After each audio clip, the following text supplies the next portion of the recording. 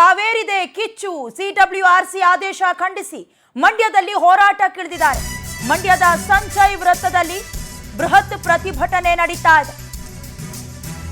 CWRC ಆದೇಶವನ್ನ ಖಂಡಿಸಿ ಮಂಡ್ಯದಲ್ಲೂ ಕೂಡ ಕಾವೇರಿದೆ ಪ್ರತಿಭಟನೆ.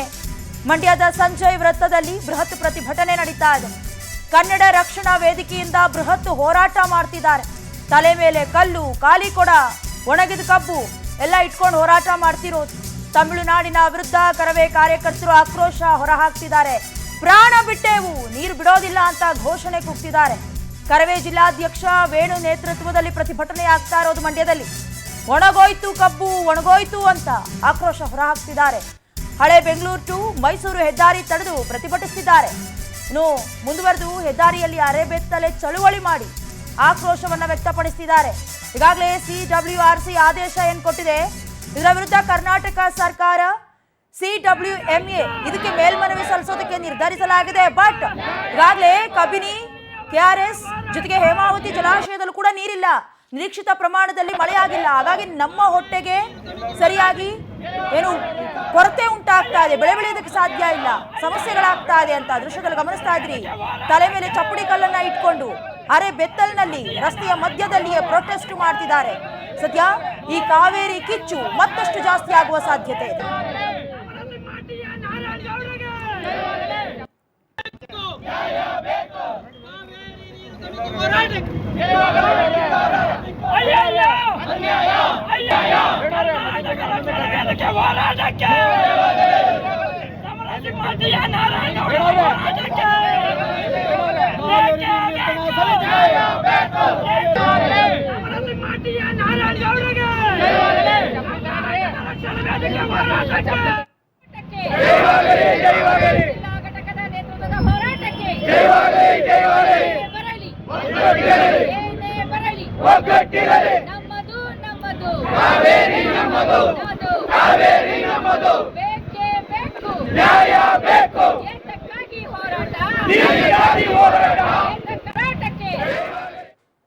ದೃಶ್ಯದಲ್ಲಿ ಗಮನಿಸ್ತಾ ಇದ್ರಿ, ಕಾವೇರಿ ಕೇವಲ ನೀರಿನ ಸಮಸ್ಯೆ ಅಲ್ಲ, ಕನ್ನಡಿಗರ ಅಸ್ಮಿತೆಯ ಹೋರಾಟ ಅನ್ನೋದಾಗಿ ಒಂದು ಕಡೆ ಖಾಲಿ ಕೊಡೆ ಇಟ್ಕೊಂಡು ಮಹಿಳೆಯರು ಪ್ರತಿಭಟಿಸುತ್ತಿದ್ದರು. ಸಂದರ್ಭದಲ್ಲಿ ನಮ್ಮ ಯಾವ ಡ್ಯಾಮ್ಗಳಲ್ಲಿ ಅದು ಕೆಆರ್ಎಸ್ ಇರಬಹುದು, ಕಬಿನಿ ಇರಬಹುದು, ಹಾಗೆ ಆರಂಗಿ ಡ್ಯಾಮ್ಗಳಲ್ಲೂ ಸಹ ನೀರಿಲ್ಲದ ಕಾರಣ ನಾವು ನೀರು ಕೊಡ್ಲಿಕ್ಕೆ ಸಾಧ್ಯ ಇಲ್ಲ.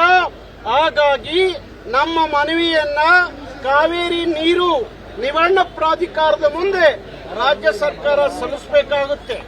ಅದನ್ನು ಹೊರತುಪಡಿಸಿ ರಾಜ್ಯ ಸರ್ಕಾರ ಕರ್ನಾಟಕದ ರೈತರ ಹಿತವನ್ನ ಬಲಿ ಕೊಟ್ಟು ನಿಮ್ಮ ರಾಜಕಾರಣಕ್ಕಾಗಿ ಇವತ್ತು ಈ ನಾಡಿನ ರೈತರನ್ನ ನೀವು ಬಲಿ ಕೊಟ್ಟು ನೀರು ಬಿಟ್ಟಿದ್ದೆ. ಆದ್ರೆ 91ರಲ್ಲಿ ಇಡೀ ಕರ್ನಾಟಕದ ಜನ ಹೇಗೆ ಬುಗಿಲೆದ್ರಲ್ಲ ಹಾಗೆ ಬುಗಿಲೆ ಹೇಳಬೇಕಾಗತ್ತೆ.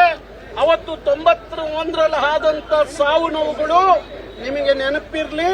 ಹಾಗಾಗಿ ಕಾವೇರಿ ಅನ್ನೋದು ಕನ್ನಡಿಗರ ಅದೊಂದು ರೀತಿಯ ಜೀವವಾಹಿನಿ. ಅದರ ಜೊತೆಯಲ್ಲಿ ಹುಡುಗಾಟ ಆಡಬಾರದು ರಾಜ್ಯ ಸರ್ಕಾರ ಅಂತ ನಾನು ಹೇಳಲಿಕ್ಕೆ ಇಷ್ಟಪಡ್ತೀನಿ. ಹಾಗಾಗಿ ಇವತ್ತು ಸಾಂಕೇತಿಕವಾಗಿ ಕರ್ನಾಟಕ ರಕ್ಷಣಾ ವೇದಿಕೆ ಪ್ರತಿಭಟನೆಯನ್ನ ಮಾಡ್ತಾ ಇದೆ. ರಾಜ್ಯ ಸರ್ಕಾರ ತೀರ್ಮಾನ ಕಾವೇರಿ ನಿಯಂತ್ರಣ ಸಮಿತಿಯ ಆದೇಶವನ್ನ ಧಿಕ್ಕರಿಸಿ ನಿಂತ್ಕೋಬೇಕು.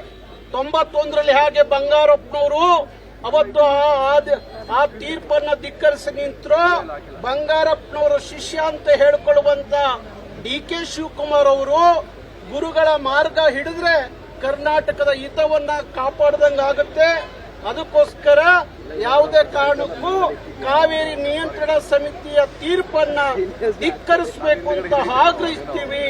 ಅದನ್ನು ಮೀರಿ ನೀರು ಬಿಟ್ರೆ ಇಡೀ ಕರ್ನಾಟಕದಲ್ಲಿ ಕರ್ನಾಟಕ ರಕ್ಷಣಾ ವೇದಿಕೆ ಆಗುವ ಅನಾಹುತಕ್ಕೆ ಸರ್ಕಾರವೇ ಹೊಣೆಯನ್ನು ಹೊರಬೇಕಾಗುತ್ತೆ.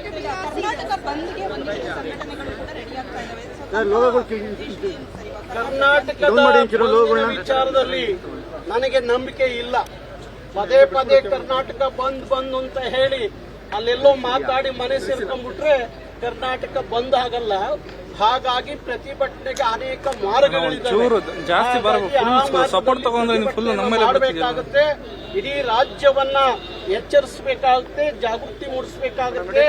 ಬಂದ್ ಅನ್ನೋದು ಅದು ಬ್ರಹ್ಮಾಸ್ತ್ರ, ಕೊನೆಯ ಅಸ್ತ್ರವಾಗಬೇಕು. ಮಾತಿ ಮುಂಚೆ ಬಾಯಿ ಚಪ್ಪಲಕ್ಕೆ ಬಂದ್ ಅಂತ ಕರೆ ಕೊಡೋದು ಸರಿಯಲ್ಲ. ಹಾಗಾಗಿ ಈ ಅನೇಕ ಹೋರಾಟದಲ್ಲಿ ಇವತ್ತಿಡೀ ರಾಜ್ಯದ ಜನರನ್ನ, ಅದರಲ್ಲೂ ಕಾವೇರಿಯ ಪ್ರದೇಶದ ಜನರನ್ನ ನಾವು ಎಚ್ಚರಿಸಬೇಕಾಗುತ್ತೆ, ಜಾಗೃತಿ ಮೂಡಿಸಬೇಕಾಗುತ್ತೆ. ಹಂತವಾಗಿ ಈ ಚಳುವಳಿಯನ್ನ ನಾವು ಕೊಂಡೊಯ್ಯಬೇಕಾಗುತ್ತೆ. ಅದಕ್ಕೋಸ್ಕರ ಕರ್ನಾಟಕ ರಕ್ಷಣಾ ವೇದಿಕೆ ಇಡೀ ರಾಜ್ಯದಲ್ಲಿ ಎಲ್ಲಾ ಜಿಲ್ಲಾ ಕೇಂದ್ರಗಳಲ್ಲಿ ಈ ಚಳುವಳಿಯನ್ನ ಪ್ರಾರಂಭ ಮಾಡ್ತಾ ಇದ್ದೀವಿ. ಇವತ್ತು ನಾಳೆ ಎಲ್ಲ ಜಿಲ್ಲಾ ಕೇಂದ್ರಗಳಲ್ಲಿ ಕಾವೇರಿ ಹೋರಾಟ ನಡೆಯುತ್ತೆ. ಒಮ್ಮೆ ಹಿಂದೆಲ್ಲ ಉತ್ತರದ ಕರ್ನಾಟಕದಲ್ಲಿ ಕಾವೇರಿ ವಿಚಾರದಲ್ಲಿ ಚಳವಳಿ ನಡೀತಿರಲಿಲ್ಲ. ಹಾಗೆ ಈಗ ಹಾಗಿಲ್ಲ. ಈಗ ಎಲ್ಲಾ ಜಿಲ್ಲೆಗಳಲ್ಲೂ ಕರವೇ ಕಾರ್ಯಕರ್ತರು ಕಾವೇರಿ ವಿಚಾರದಲ್ಲಿ ಮುಗಿಲೇಳುವಂತದ್ದು ತೀರ್ಮಾನವನ್ನ ಮಾಡಿದ್ದಾರೆ. ನಾನು ಮತ್ತೊಮ್ಮೆ ರಾಜ್ಯ ಸರ್ಕಾರಕ್ಕೆ ಎಚ್ಚರಿಕೆಯನ್ನ ಕೊಡ್ತಾ ಇದ್ದೀನಿ. ನಿಮ್ಮ ರಾಜಕೀಯ ಹಿತಕ್ಕಾಗಿ ರಾಜ್ಯದ ಹಿತವನ್ನ ಬಲಿ ಕೊಡಬೇಡಿ ಅಂತ ಹೇಳಿ ಡಿ.ಕೆ. ಶಿವಕುಮಾರ್ ಅವರಿಗೆ ಎಚ್ಚರಿಸುವಂತ ಕೆಲಸವನ್ನ ಮಾಡ್ತಾ ಇದ್ದೀನಿ. ಸಭೆಯನ್ನ ಮಾಡ್ತಿದ್ದಾರೆ. ಇಲ್ಲಿ ಕರೆಸಿ ನಾವು ನಮ್ಮ ಸರಿ. ಬಹುಶಃ ಆಗಸ್ಟ್ 3ನೇ ತಾರೀಕು ತಮಿಳುನಾಡಿನ ಮುಖ್ಯಮಂತ್ರಿ ವಿಜಯ್ ಅವರು ಬೆಂಗಳೂರಿಗೆ ಬರ್ತಾ ಇದ್ದಾರೆ. ನಮ್ಮ ಮುಖ್ಯಮಂತ್ರಿಗಳು ಹಾಗೂ ತಮಿಳುನಾಡಿನ ಮುಖ್ಯಮಂತ್ರಿಗಳ ಜೊತೆಯಲ್ಲಿ ಒಂದು ದೊಡ್ಡ ಚರ್ಚೆ ನಡೀತಾ ಇದೆ. ಆದರೆ ಆ ಚರ್ಚೆ ಯಾವ ಉದ್ದೇಶ ಅಂತ ಇನ್ನೂ ಪ್ರಕಟಣೆ ಆಗಿಲ್ಲ. ನನಗನ್ಸುತ್ತೆ ಕಾವೇರಿ ಅನ್ನುವ ವಿವಾದ ಒಂದು ಇತಿಹಾಸದ ಪರಿಹಾರವನ್ನ ಕಂಡುಕೋಬೇಕು ಅನ್ನೋದಾದ್ರೆ ಮುಂದೆ 3ನೇ ತಾರೀಕು ನಡೆಯುವ ಚರ್ಚೆಯಲ್ಲಿ ಪ್ರಮುಖ ಪಾತ್ರವನ್ನ ಕಾವೇರಿದೇ ಆಗ್ಲಿ ಅನ್ನೋದು ನನ್ನ ಬಯಕೆ. ನೀವು ತಮಿಳುನಾಡಿನ ಮುಖ್ಯಮಂತ್ರಿ ಬಂದು ಇಲ್ಲಿ ಚರ್ಚೆ ಮಾಡೋದು ಮುಂಚೆ ಯಾವುದೇ ಕಾರಣಕ್ಕೂ ನೀರಿಲ್ಲದ ಸಂದರ್ಭದಲ್ಲಿ ತಮಿಳುನಾಡಿಗೆ 4.5 TMC ನೀರನ್ನ ಕೊಡಬಾರದು. ಬರ್ಲಿ ವಿಜಯ್ ಅವರು ಬರ್ಲಿ, ಅವರು ಬಂದು ನಮ್ಮ ಡ್ಯಾಮ್ಗಳನ್ನು